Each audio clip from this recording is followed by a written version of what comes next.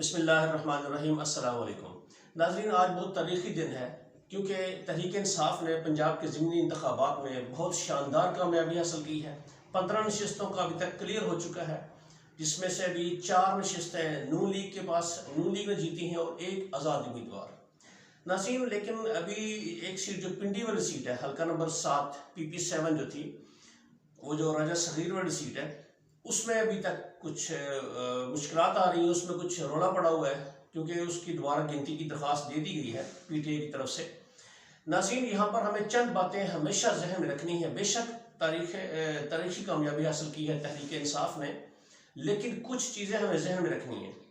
नाज़रीन, ये तारीखी कामयाबी सिर्फ और सिर्फ अल्लाह ताला की रज़ा, अवाम की भरपूर मेहनत, इमरान खान साहब की सच्चाई और उनका जो बयानिया जो सच पर मबनी था, उसकी वजह से ये कामयाबी हासिल हुई है।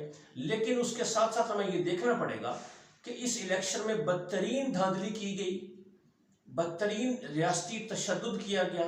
इलेक्शन कमीशन ने हर तरह से कोशिश की कि ये इंतखाब किसी भी तरह से तहरीक इंसाफ ना जीत सके।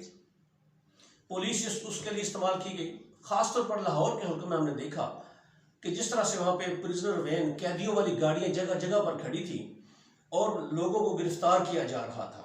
उसका नतीजा आप देखें कि एक सीट जो हार गई है तहरीक इंसाफ लाहौर से, जिसमें असद खरल मेरा ख्याल है वो जीते हैं, असद खोखर वो जीते हैं नून लीग के।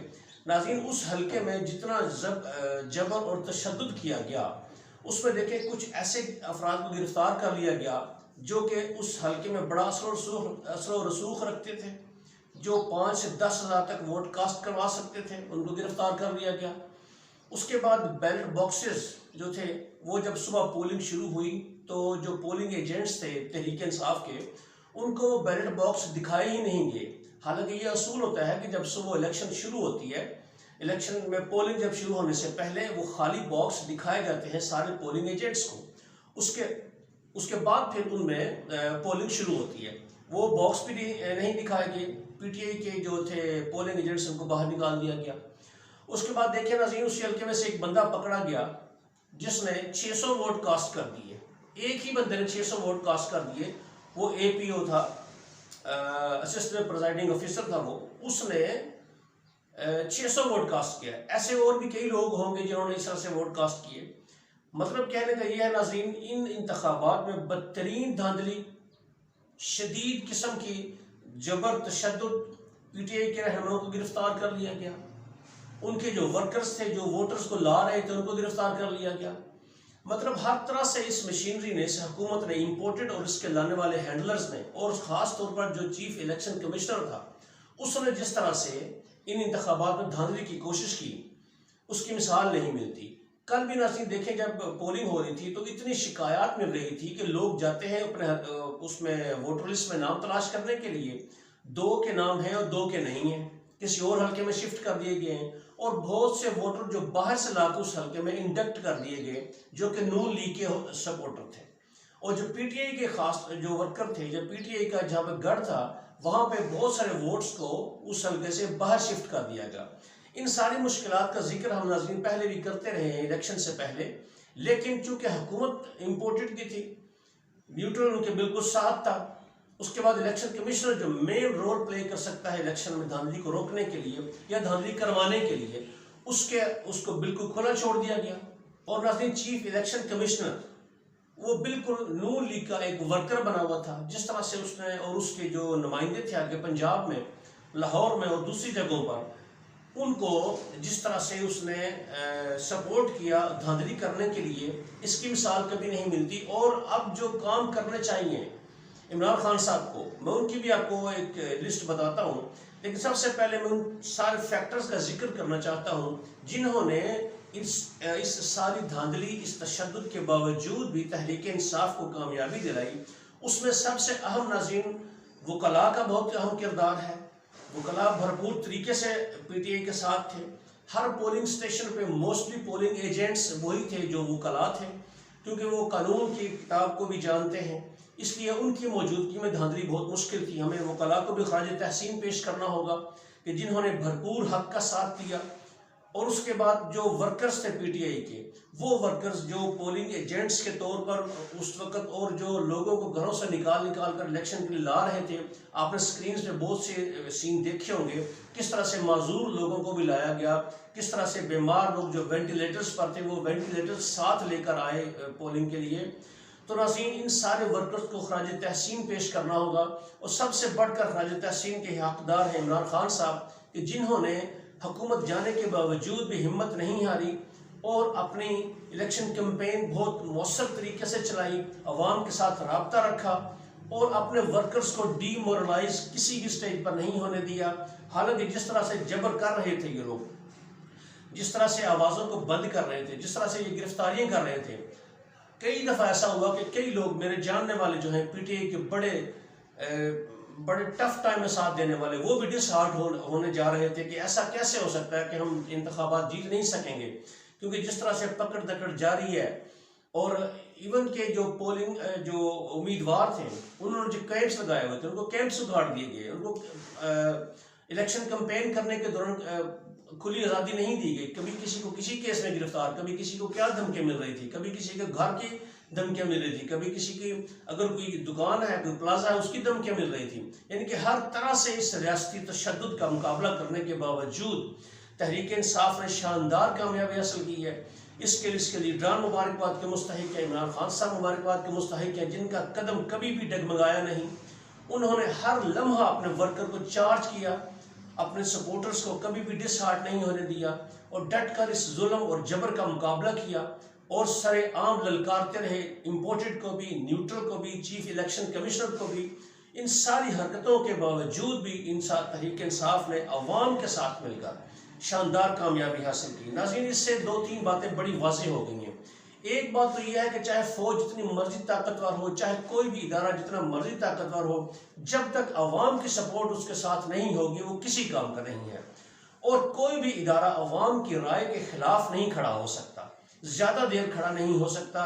अवाम ही असल में ताकत का सरचश्मा है।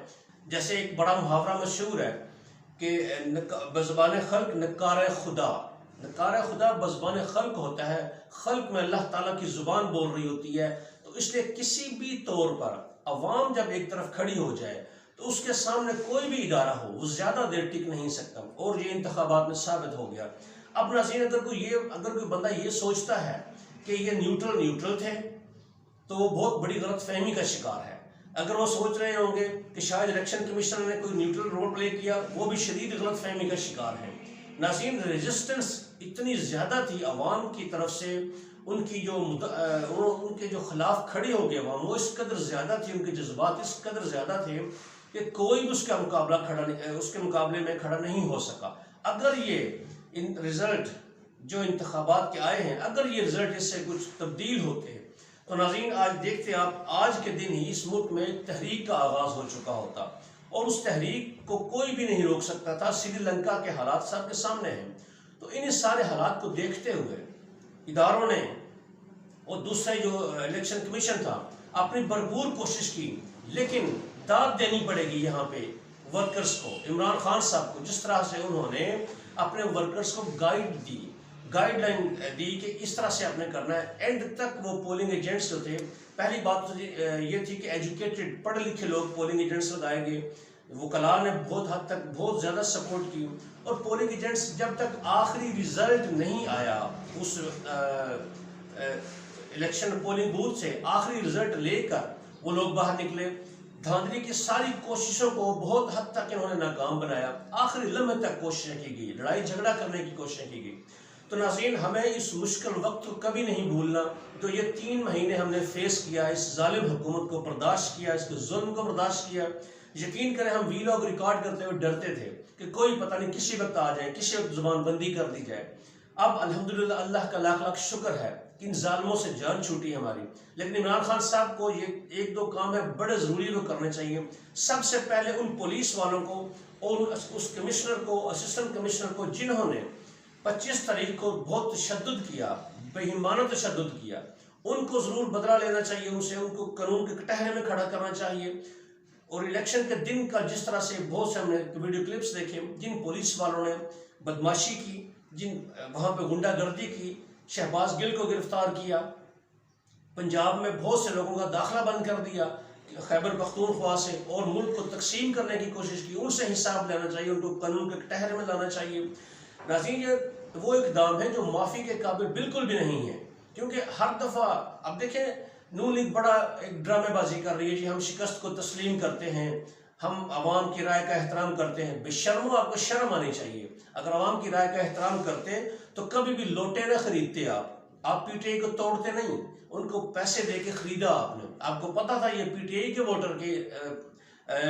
वोटर ने इनको मुंतखब करके भेजा है, आपने क्यों खरीदा इनको? आपने कैसे राय का एहतराम किया? अब आप ड्रामेबाजी कर रहे हैं, एक सॉफ्ट कॉर्नर शो कर रहे हैं कि हम इसको तस्लीम करते हैं। धांधली हर तरह से आपने की, मार कटाई की, आपने लोगों को गिरफ्तार किया।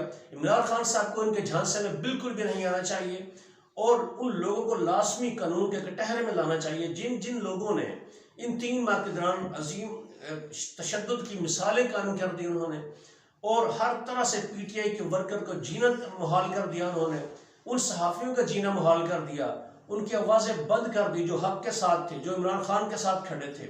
इसलिए इमरान खान साहब को चाहिए, जो ही वज़ीर पंजाब अब तो बन चुके हैं, शहबाज शरीफ कुकड़ी तो ज़िबा हो चुकी है, वाज़ेह अक्सरियत आ चुकी है पीटीआई की पंजाब असम्बली में, उसको शर्म से डूब मरना चाहिए और इस्तीफ़ा दे देना चाहिए, उसको आज ही रिज़ाइन का ऐलान कर देना चाहिए। तो जब इंतखाब हो जाए, वज़ीर पंजाब मुंतखब हो जाए, तो ये चंद काम ज़रूर करने चाहिए, ताकि आइंदा से लोगों को ये पता हो सके कि कभी भी, ख़ासतौर पर वो इदारे जो गवर्नमेंट के इदारे हैं, उनको ये पता होना चाहिए कि हमें कोई भी गैर कानूनी अहकामात नहीं मानने चाहिए, चाहे कोई भी गवर्नमेंट हो। उनको अवाम का सर्वेंट होना चाहिए, ना कि किसी पार्टी का सर्वेंट। तो नाज़रीन, बहुत सी और भी बातें हैं आपके साथ शेयर करनी है, लेकिन अब एक अहम बात मैंने पिछली वीडियो में भी ये बात कही थी कि अब शहबाज शरीफ असम्बली तोड़ने जा रहा है, उसको अब कोई वैल्यू नहीं रहेगी उसकी हुकूमत की, क्योंकि अब शहबाज शरीफ की हुकूमत जो है वो सिर्फ इस्लामाबाद के अंदर रह गई है। 6-7-8 किलोमीटर के रेडियस में उसकी हुकूमत रह गई है। वहाँ का वो वज़ीर आज़म है और कठपुतली वज़ीर आज़म है। अगर उसमें भी ज़रा सी भी ग्रेस हो, ज़रा सी भी उसके मॉरल एटिकेट्स हो, तो उसको भी रिज़ाइन देना चाहिए, क्योंकि अवाम का मूड वो भी देख चुका है। पहले भी इनको पता था, लेकिन अब तो बड़े वाज़ेह अंदाज में देख चुके हैं, इसलिए अब उसको रिज़ाइन देना चाहिए। रिज़ाइन देकर असम्बली तहलील कर देनी चाहिए। नहीं तो इंशाअल्लाह जब पंजाब की हुकूमत आएगी, 22 तारीख को इलेक्शन होगा, तो उसके बाद इमरान खान साहब जो लॉन्ग मार्च की कॉल देंगे, अब देखिए इनका क्या हशर होता है। पहले तो उन्होंने इतना बेईमाना तशद्दुद किया रेंजर के साथ मिलकर, एफसी के साथ मिलकर, अब लॉन्ग मार्च को रोकने वाला कोई नहीं होगा, क्योंकि पंजाब में भी तहरीक इंसाफ की हुकूमत होगी, जो कि अवाम की हुकूमत होगी, और अवाम जिसे चाहती है उसी की हुकूमत अब आई है। इंशाअल्लाह ताला अब अच्छे दिन आने वाले हैं पाकिस्तान के, वही अच्छे दिन जहां पर पीटीआई छोड़ कर गई थी, वहीं से इंशाअल्लाह ताला हमारे मुल्क की तरक्की का दोबारा आगाज होगा। नाज़रीन, मुझे इजाज़त दीजिए, अगली वीडियो तक अपना ख्याल रखिए, और बहुत सारी बातें अगली वीडियो में आपके साथ शेयर करूंगा। तब तक के लिए अल्लाह हाफिज़।